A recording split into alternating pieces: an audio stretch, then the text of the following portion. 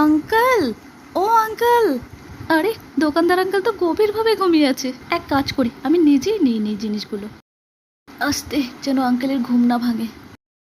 আরে মেয়েটা তো চুরি করে পালালো। আরে পাপা ওঠো না পাপা। ও আরে বাবু এসে গেছিস? হ্যাঁ, একটা মেয়ে তো আমাদের দোকান থেকে জিনিসপত্র নিয়ে পালালো। কি বলছিস? কোন দিকে গেছে দেখেছিস? হ্যাঁ গো, এই দিকেই তো গেল। চল তো আমরা দুজন গিয়ে ধরি। এই মেয়ে, এই মেয়ে, আরে এই মেয়ে, দাঁড়া বলছি, দাঁড়া। এই বদমাস মেয়ে, দাঁড়াতে বললাম না? এই বয়সে চুরি করা? হ্যাঁ, দেখাচ্ছি মজা, এই নে।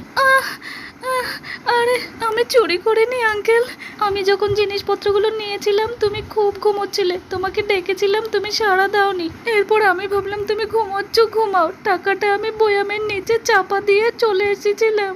আমার কথা বিশ্বাস না হলে তুমি দোকানে যাও, গিয়ে দেখো ওখানে এখনো টাকাটা আছে।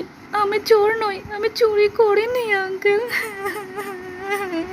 আরে তুমি শুধু শুধুই আমাকে মারলে। সত্যিই তো রে বাবু, টাকাটা তো বয়ামের নিচেই ছিল। চল আমরা মেয়েটার কাছে গিয়ে ক্ষমা চাই। মা, পাপা, এই দুনিয়া খুব খারাপ। আমাকে তোমরা একা ফেলে কেন চলে গেলে?